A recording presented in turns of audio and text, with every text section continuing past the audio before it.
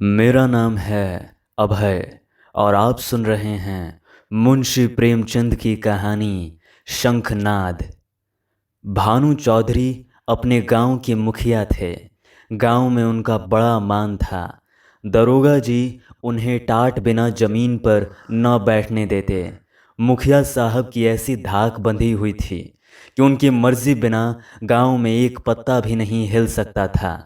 कोई घटना, चाहे वो सास बहू का विवाद हो, चाहे मेंढ या खेत का झगड़ा, चौधरी साहब के शासनाधिकार को पूर्ण रूप से सचेत करने के लिए काफ़ी थी। वो तुरंत घटनास्थल पर जा पहुंचते, तहकीकात होने लगती। गवाह और सबूत के सिवा किसी अभियोग को सफलता सहित चलाने में जिन बातों की ज़रूरत होती है उन सब पर विचार होता और चौधरी जी के दरबार से फैसला हो जाता।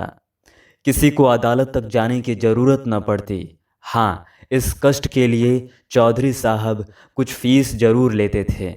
यदि किसी अवसर पर फीस मिलने में असुविधा के कारण उन्हें धीरज से काम लेना पड़ता तो गांव में आफत मच जाती थी, क्योंकि उनके धीरज और दरोगा जी के क्रोध में कोई घनिष्ठ संबंध था।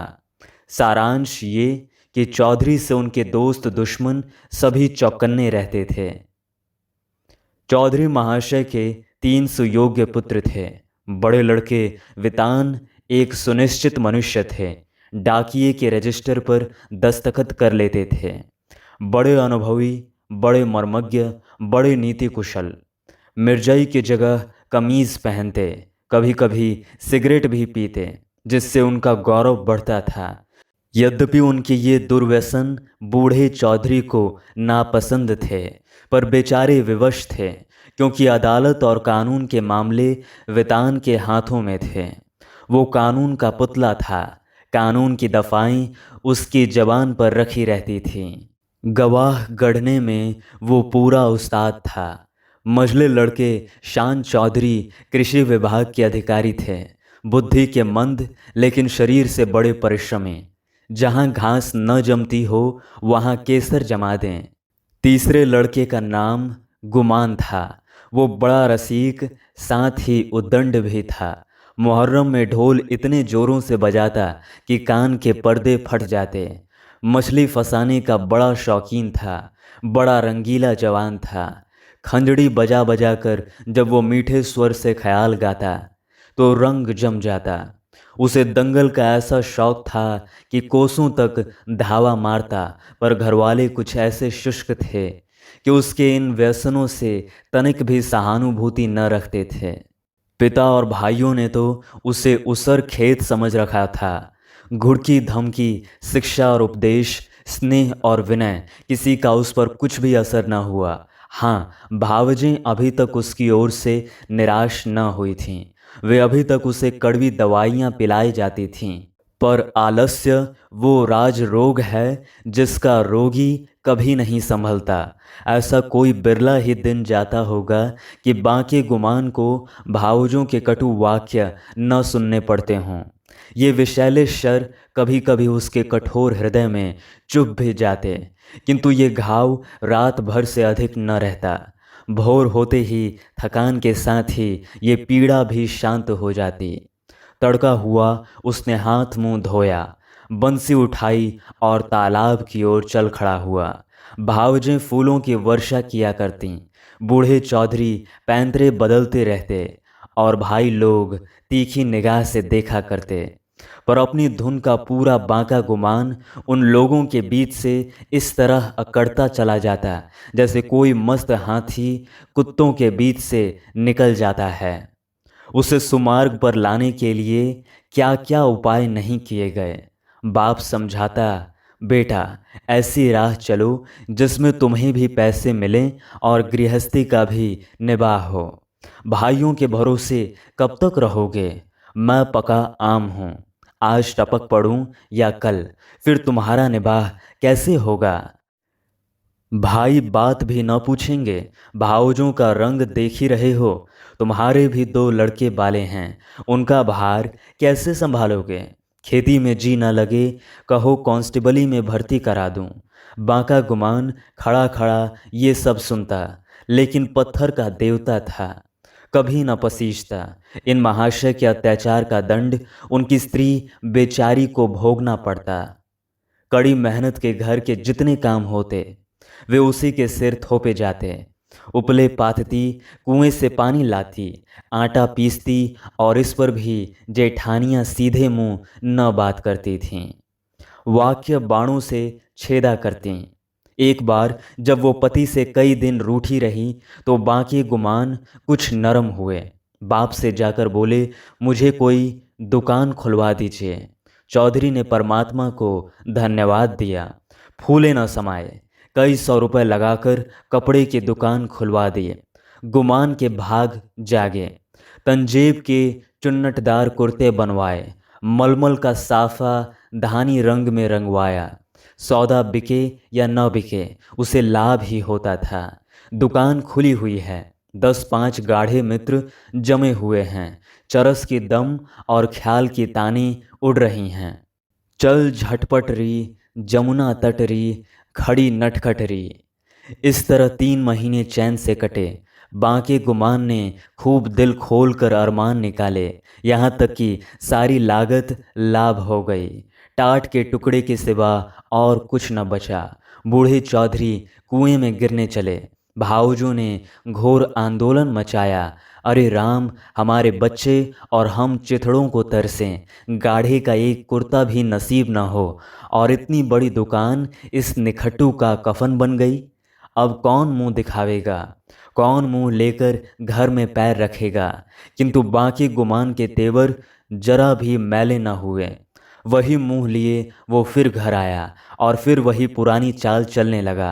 कानून दा वेतान उनके ये ठाट बाट देखकर जल जाता। मैं सारे दिन पसीना बहाऊं, मुझे नैन सुख का कुर्ता भी न मिले। ये अपाहिज सारे दिन चारपाई तोड़े और यों बन ठन कर निकले। ऐसे वस्त्र तो शायद मुझे अपने ब्याह में भी न मिले थे। मीठे शान के हृदय में भी कुछ ऐसे ही विचार उठते थे।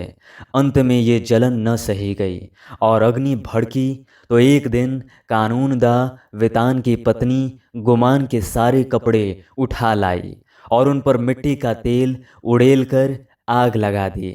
ज्वाला उठी, सारे कपड़े देखते देखते जलकर राख हो गए।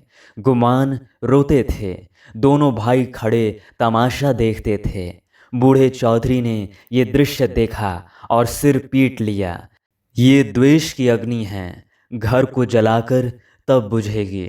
ये ज्वाला तो थोड़ी देर में शांत हो गई, परंतु हृदय की आग ज्यों की त्यों दहकती रही। अंत में एक दिन बूढ़े चौधरी ने घर के सब मेंबरों को एकत्र किया और इस गूढ़ विषय पर विचार करने लगे कि बेड़ा कैसे पार हो। वेतान से बोले, बेटा, तुमने आज देखा कि बात बात में सैकड़ों रुपए पर पानी फिर गया। अब इस तरह निर्वाह होना असंभव है। तुम समझदार हो, मुकदमे मामले करते हो, कोई ऐसी राह निकालो कि घर डूबने से बचे। मैं तो ये चाहता था कि जब तक चोला रहे सबको समेटे रहूं, मगर भगवान के मन में कुछ और ही है। वेतान की नीति कुशलता अपनी चतुर सहगामिनी के सामने लुप्त हो जाती थी। वह भी उसका उत्तर सोच ही रहे थे कि श्रीमती जी बोल उठीं, दादाजी, अब समझाने बुझाने से काम न चलेगा। सहेते सहेते हमारा कलेजा पक गया। बेटे की जितनी पीर बाप को होगी, भाइयों को उतनी क्या, उसकी आधी भी नहीं हो सकती। मैं तो साफ कहती हूँ, गुमान का तुम्हारी कमाई में हक है। उन्हें कंचन के कौर खिलाओ और चांदी के हिंडोले में झुलाओ। हम में न इतना बूता है न इतना कलेजा। हम अपनी झोपड़ी अलग बना लेंगे। हाँ, जो कुछ हमारा हो वो हमको मिलना चाहिए। बांट बखरा कर दीजिए, बला से 4 आदमी हंसेंगे। अब कहाँ तक दुनिया के लाज ढोवें। नीतिज्ञ वेतान पर इस प्रबल वक्रता का असर हुआ। वो उनके विकसित और प्रमुदित चेहरे से झलक रहा था। उनमें स्वयं इतना साहस न था कि इस प्रस्ताव को इतनी स्पष्टता से व्यक्त कर सकते। नीतिज्ञ महाशय गंभीरता से बोले, जायदाद मुश्तरका। मंकूला या गैर मंकूला आपके हीन हयात तकसीम की जा सकती है। इसकी नज़ीरें मौजूद हैं। ज़मींदार को साकितुल मिल्कियत करने का कोई इस्तहकाक नहीं है। अब मंद बुद्धि शान की बारी आई, पर बेचारा किसान, बैलों के पीछे आंखें बंद करके चलने वाला, ऐसे गूढ़ विषय पर कैसे मुंह खोलता, दुविधा में पड़ा हुआ था। तब उसकी सत्यवक्ता धर्मपत्नी ने अपनी जेठानी का अनुसरण कर ये कठिन कार्य संपन्न किया। बोली, बड़ी बहन ने जो कुछ कहा उसके सिवा और दूसरा उपाय नहीं। कोई तो कलेजा तोड़ तोड़ कर कमाए, मगर पैसे पैसे को तरसे, तन ढांकने को वस्त्र तक न मिले, और कोई सुख की नींद सोए, हाथ बढ़ा बढ़ा के खाए। ऐसी अंधेर नगरी में अब हमारा निबाह न होगा। शान चौधरी ने भी इस प्रस्ताव का मुक्त कंठ से अनुमोदन किया। अब बूढ़े चौधरी गुमान से बोले, क्यों बेटा, तुम्हें भी यही मंजूर है? अभी कुछ नहीं बिगड़ा, ये आग अब भी बुझ सकती है। काम सबको प्यारा है, चाम किसी को नहीं। बोलो, क्या कहते हो? कुछ काम धंधा करोगे या अभी आंखें नहीं खुली? गुमान में धैर्य की कमी न थी। बातों को इस कान से सुनकर उस कान से उड़ा देना उसका नित्य कर्म था। किंतु भाइयों की इस जन मुरीदी पर उसे क्रोध आ गया। बोला, भाइयों की जो इच्छा है वही मेरे मन में भी लगी हुई है। मैं भी इस जंजाल से अब भागना चाहता हूँ। मुझसे न मजूरी हुई न होगी। जिसके भाग्य में चक्की पीसना बदा हो वो पीसे। मेरे भाग्य में चैन करना लिखा है। मैं क्यों अपना सिर ओखली में दूं? मैं तो किसी से काम करने को नहीं कहता। आप लोग क्यों मेरे पीछे पड़े हुए हैं? अपनी अपनी फिक्र कीजिए, मुझे आध सेर आटे की कमी नहीं है। इस तरह की सभाएं कितनी ही बार हो चुकी थीं, परंतु इस देश की सामाजिक और राजनीतिक सभाओं की तरह इसमें भी कोई प्रयोजन सिद्ध नहीं होता था। 2-3 दिन गुमान ने घर पर खाना नहीं खाया। जतन सिंह ठाकुर शौकीनी आदमी थे, उन्हीं की चौपाल में पड़ा रहता। अंत में बूढ़े चौधरी गए और मना के लाए। अब फिर वो पुरानी गाड़ी अड़ती मचलती हिलती चलने लगी। पांडे के घर के चूहों की तरह चौधरी के घर में बच्चे भी सयाने थे। उनके लिए मिट्टी के घोड़े और नावें, कागज़ की नावें थीं। फूलों के विषय में उनका ज्ञान असीम था। गूलर और जंगली बेर के सिवा कोई ऐसा फल न था जिसे वे बीमारियों का घर न समझते हों। लेकिन गुरदीन के खोंचे में ऐसा प्रबल आकर्षण था कि उसकी ललकार सुनते ही उनका सारा ज्ञान व्यर्थ हो जाता था। साधारण बच्चों की तरह यदि सोते भी हों तो चौंक पड़ते थे। गुरदीन उस गांव में साप्ताहिक फेरे लगाता था। उसके शुभागमन की प्रतीक्षा और आकांक्षा में कितने ही बालकों को बिना किंडरगार्टन की रंगीन गोलियों के ही संख्याएं और दिनों के नाम याद हो गए थे। गुरदीन बूढ़ा सा मैला कुचैला आदमी था, किंतु आसपास में उसका नाम उपद्रवी बालकों के लिए हनुमान मंत्र से कम न था। उसकी आवाज़ सुनते ही उसके खोंचे पर लड़कों का ऐसा धावा होता कि मक्खियों की असंख्य सेना को भी रणस्थल से भागना पड़ता था। और जहाँ बच्चों के लिए मिठाइयाँ थीं, वहाँ गुरदीन के पास माताओं के लिए इससे भी ज़्यादा मीठी बातें थीं। माँ कितना ही मना करती रहे, बार बार पैसा न रहने का बहाना करे, पर गुरदीन चटपट मिठाइयों का दोना बच्चों के हाथ में रख ही देता और स्नेहपूर्ण भाव से कहता, बहू जी, पैसों की कोई चिंता ना करो, फिर मिलते रहेंगे। कहीं भागे थोड़ी ही जाते हैं। नारायण ने तुमको बच्चे दिए हैं तो मुझे भी उनकी न्यौछावर मिल जाती है। उन्हीं की बदौलत मेरे बाल बच्चे भी जीते हैं। अभी क्या ईश्वर इनका मौर तो दिखावे, फिर देखना कैसे ठनगन करता हूँ। गुरदीन का ये व्यवहार चाहे वाणिज्य नियमों के प्रतिकूल ही क्यों न हो, चाहे 9 नगद सही 13 उधार नहीं वाली कहावत अनुभव सिद्ध ही क्यों न हो, किंतु मिष्टभाषी गुरदीन को कभी अपने इस व्यवहार पर पछताने या उसमें संशोधन करने की जरूरत नहीं हुई। मंगल का शुभ दिन था। बच्चे बड़ी बेचैनी से अपने दरवाजों पर खड़े गुरदीन की राह देख रहे थे। कई उत्साही लड़के पेड़ों पर चढ़ गए और कोई कोई अनुराग से विवश होकर गांव के बाहर निकल गए थे। सूर्य भगवान अपना सुनहला थाल लिए पूरब से पश्चिम जा पहुँचे थे। इतने में ही गुरदीन आता हुआ दिखाई दिया। लड़कों ने दौड़कर उसका दामन पकड़ा और आपस में खींचातानी होने लगी।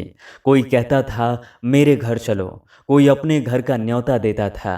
सबसे पहले भानु चौधरी का मकान पड़ा। गुरदीन ने अपना खोंचा उतार दिया। मिठाइयों की लूट शुरू हो गई। बालकों और स्त्रियों का ठट्ठा लग गया। हर्ष और विषाद, संतोष और लोभ, ईर्ष्या और जलन की नाट्यशाला सज गई। कानूनदा वितान की पत्नी अपने तीनों लड़कों को लिए हुए निकली। शान की पत्नी भी अपने दोनों लड़कों के साथ उपस्थित हुई। गुरदीन ने मीठी बातें करनी शुरू की। पैसे झोली में रखे, धेले धेले की मिठाई दी और धेले धेले का आशीर्वाद। लड़के दोने लिए उछलते कूदते घर में दाखिल हुए। अगर सारे गांव में कोई ऐसा बालक था जिसने गुरदीन की उदारता से लाभ न उठाया हो तो वो बांके गुमान का लड़का धान था। ये कठिन था कि बालक धान अपने भाइयों बहनों को हंस हंस कर उछल उछल कर मिठाइयाँ खाते देखकर सब्र कर जाए। उस पर तुर्रा ये कि वे उसे मिठाइयाँ दिखा दिखाकर ललचाते और चिढ़ाते थे। बेचारा धान चीखता और अपनी माता का आंचल पकड़ पकड़ कर दरवाजे की तरफ खींचता था, पर वो अबला क्या करे। उसका हृदय बच्चे के लिए ऐंठ ऐंठ कर रह जाता था। उसके पास एक पैसा भी नहीं था। अपने दुर्भाग्य पर, जेठानियों के निठुरता पर और सबसे ज़्यादा अपने पति के निखट्टूपन पर कुढ़ कुढ़ कर रह जाती थी। अपना आदमी ऐसा निकम्मा न होता तो क्यों दूसरों का मुंह देखना पड़ता, क्यों दूसरों के धक्के खाने पड़ते। उसने धान को गोद में उठा लिया और प्यार से दिलासा देने लगी, बेटा रो मत, अब की गुरदीन आवेगा तो मैं तुम्हें बहुत सी मिठाई ले दूंगी। मैं इससे अच्छी मिठाई बाजार से मंगवा दूंगी। तुम इतनी मिठाई खाओगे? ये कहते कहते उसकी आंखें भर आईं। आह, ये मनहूस मंगल आज ही फिर आवेगा और फिर यही बहाने करने पड़ेंगे। हाय, अपना प्यारा बच्चा धेले की मिठाई को तरसे और घर में किसी का पत्थर सा कलेजा न पसीजे। वो बेचारी तो इन चिंताओं में डूबी हुई थी और धान किसी तरह चुप ही न होता था। जब कुछ वश न चला तो माँ की गोद से ज़मीन पर उतरकर लौटने लगा और रो रो कर दुनिया सिर पर उठा ली। माँ ने बहुत बहलाया फुसलाया, यहाँ तक कि उसे बच्चे के इस हठ पर क्रोध भी आ गया। मानव हृदय के रहस्य कभी समझ में नहीं आते। कहाँ तो बच्चे को प्यार से चिपटाती थी और कहाँ ऐसी झल्लाई कि उसे 2-3 थप्पड़ जोर से लगाए और घुड़क कर बोली, चुप रह अभागे, तेरा ही मुंह मिठाई खाने का है। अपने दिन को नहीं रोता, मिठाई खाने चला है। बांका गुमान अपनी कोठरी के द्वार पर बैठा हुआ ये कौतुक बड़े ध्यान से देख रहा था। वो इस बच्चे को बहुत चाहता था। इस वक्त के थप्पड़ उसके हृदय में तेज भाले के समान लगे और चुभ गए। शायद उनका अभिप्राय भी यही था। धुनिया रुई को धुनकने के लिए तांत पर चोट लगाता है। जिस तरह पत्थर और पानी में आग छिपी रहती है, उसी तरह मनुष्य के हृदय में भी, चाहे वो कैसी ही क्रूर और कठोर क्यों न हो, उत्कृष्ट और कोमल भाव छिपे रहते हैं। गुमान की आंखें भर आईं। आंसू की बूंदें बहुधा हमारे हृदय की मलिनता को उज्जवल कर देती हैं। गुमान सचेत हो गया। उसने जाकर बच्चे को गोद में उठा लिया और अपनी पत्नी से करुणोत्पादक स्वर में बोला, बच्चे पर इतना क्रोध क्यों करती हो? तुम्हारा दोषी मैं हूँ। मुझको जो दंड चाहो दो, परमात्मा ने चाहा तो कल से लोग इस घर में मेरा और मेरे बाल बच्चों का भी आदर करेंगे। तुमने आज मुझे सदा के लिए इस तरह जगा दिया मानो मेरे कानों में शंखनाद कर मुझे कर्म पथ में प्रवेश करने का उपदेश दे दिया हो।